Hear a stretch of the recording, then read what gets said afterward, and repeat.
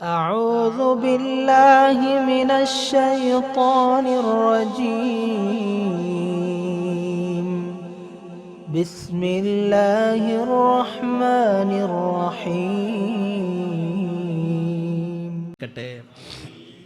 ഹബീബായ നബിതങ്ങൾ പറഞ്ഞതെന്താ? സൗത്താനി മൽഊനാനി ഫിദ്ദുനിയാ വൽ-ആഖിറ. സഹോദര സഹോദരി ശ്രദ്ധിക്കണേ. സൗത്താനി മൽഊനാനി ഫിദ്ദുനിയാ വൽ-ആഖിറ. രണ്ട് ശബ്ദങ്ങൾ. സൗത്ത് സൗത്ത് എന്ന് പറഞ്ഞാൽ ശബ്ദം, സൗത്താനി എന്ന് പറഞ്ഞാൽ രണ്ട് ശബ്ദങ്ങൾ. സൗത്താനി രണ്ട് ശബ്ദങ്ങളുണ്ട്, മൽഊനാനി ആ രണ്ട് ശബ്ദങ്ങളും ശപിക്കപ്പെട്ടതാണ്. ഫിദ്ദുനിയാ വൽ-ആഖിറ, ദുനിയാവിലും ആഖിറത്തിലും ശപിക്കപ്പെട്ടതാണ് രണ്ട് ശബ്ദങ്ങൾ. ഏതൊക്കെയാണ് ആ രണ്ട് ശബ്ദം?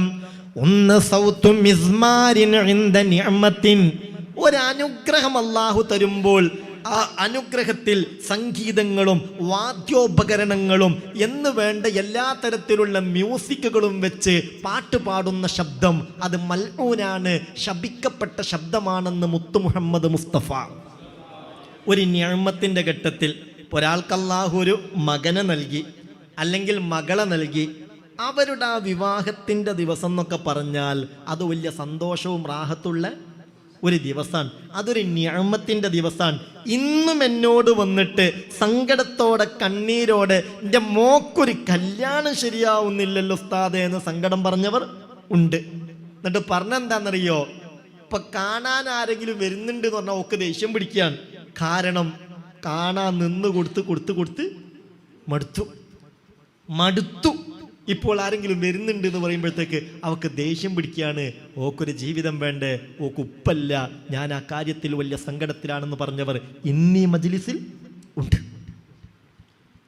അപ്പം ഇതൊക്കെ നേരത്തിനിട്ട് പ്രായമാകുമ്പോഴത്തേക്ക് നിങ്ങളെ കുട്ടി നിങ്ങൾക്ക് തരുമോ അന്വേഷിച്ച് വരുമ്പോൾ അതിൻ്റെ വില നമുക്ക് മനസ്സിലാവില്ല.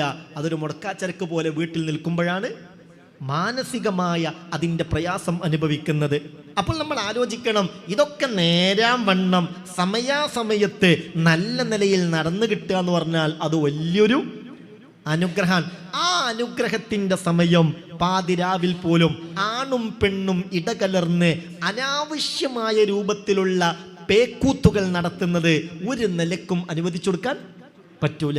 എന്നാ നല്ല പാട്ട് പാടിക്കൂടെ? എന്തേ പ്രശ്നം? ആണും പെണ്ണും ഇടകലരാതെ കുടുംബത്തിൽ പാട്ടുപാടാൻ കഴിയുന്ന അവർ കുറച്ച് ആൺകുട്ടികളുണ്ട്. അവരൊക്കെ ഒരുമിച്ച് കൂടി സ്റ്റേജ് കെട്ടിക്കോട്ടെ, മൈക്ക് ഉപയോഗിച്ചോട്ടെ, നല്ല നിലയിലുള്ള പാട്ടുകൾ പാടി. തെറ്റുണ്ടോ? അതിന് തെറ്റുണ്ടോ? അതിന് തെറ്റില്ല. ഇത് ഹലാലും ഹറാമും നോക്കാതെ അള്ളാഹു ചെയ്തെന്ന നിഅമത്തിനെ പരിഗണിക്കാതെ ആണും പെണ്ണും കൂടിക്കലർന്ന് ആഭാസകരമാകുന്നൊരവസ്ഥയിലേക്ക് എത്താൻ പാടില്ല. അള്ളാഹു കാക്കട്ടെ.